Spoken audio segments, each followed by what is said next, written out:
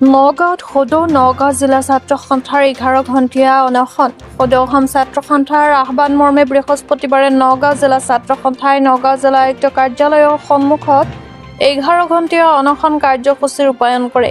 অসমৰ পৰা বাংলাদেশী মৌলবাদী উৎখাত আৰু অসম চুক্তি ৰূপায়ণেৰে অবৈধ বিদেশী প্ৰব্ৰজন সমস্যাৰ স্থায়ী সমাধানৰ দাবীত ছাত্ৰ সন্থাৰ নগাঁও জিলা সমিতিয়ে অনশন কাৰ্যসূচী ৰূপায়ণ কৰে।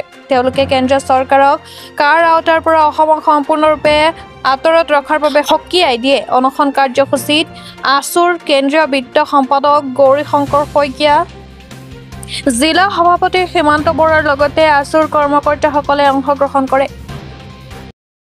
আহ্বানত এমহীয়া সত্যাগ্ৰহৰ আজি প্ৰথমটো 11 ঘণ্টীয়া অনশন কাৰ্যসূচী ইতিমধ্যে সদৌ অসম ছাত্ৰ সন্থাৰ আহ্বানত সদৌ নগাঁও জিলা ছাত্ৰ সন্থাই আমি পুৱা 6 বজাৰ পৰা এই অনশন কাৰ্যসূচী অনুষ্ঠিত কৰিছোঁ। আমাৰ এটাই স্পষ্ট কথা, অসম আৰু ভাৰত বাংলা সীমান্ত চিল হ'ব লাগিব।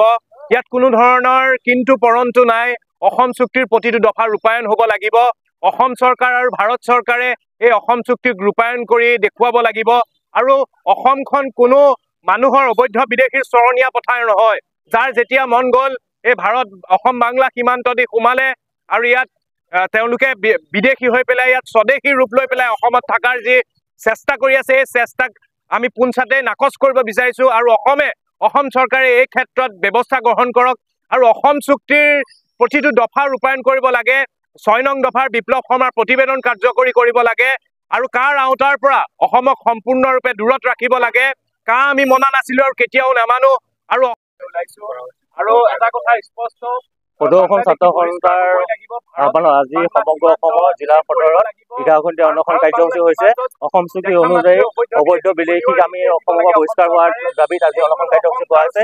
এইখন অসমত আমি বিদেশীসমূহ সমস্যা যেতিয়া সমাধান নহয় তেতিয়ালৈকে আমাৰ সদৌ অসম ছাত্ৰ সন্থাৰ এই অনশনৰ জৰিয়তে কাৰ্যসূচী চলি যাব। আৰু যি বিদেশী আৰু লগতে যি মৌলবাদী সংগঠন অসমত যি সৃষ্টি হৈছে সেই উত্থান কৰিবৰ কাৰণে আমি সদৌ অসম ছাত্ৰ সন্থাৰ তৰফৰ পৰা অসম চৰকাৰক দাবী জনাইছোঁ।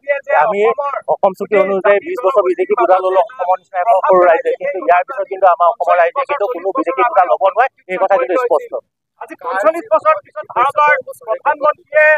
আমি সদৌ অসম ছাত্ৰ সন্থাই কাৰখন বিৰোধিতা কৰিছোঁ। কাৰখন আমি কোনো কাৰণত মানি নলওঁ, কাৰণ শেহতীয়াকৈ যি অধিসূচনা জাৰি কৰিছে যে 24 ডিচেম্বৰ 31 তাৰিখলৈকে ডিচেম্বৰ 24 31 তাৰিখলৈকে বিদেশীসকলক নাগৰিকত্ব দিব, সেই কথা যদি আমি সদৌ অসম ছাত্ৰ সন্থাই মানি নলওঁ, আজি আমি বিয়লি সেই আইনখনৰ প্ৰতিলিপি আমি দাখ কৰি আজি প্ৰতিবাদ সাব্যস্ত কৰিম। আৰু অসমৰ জনগণে আৰু বিদেশী বোজা কোনো কাৰণত ল'ব নোৱাৰে, এই কথা কিন্তু স্পষ্ট।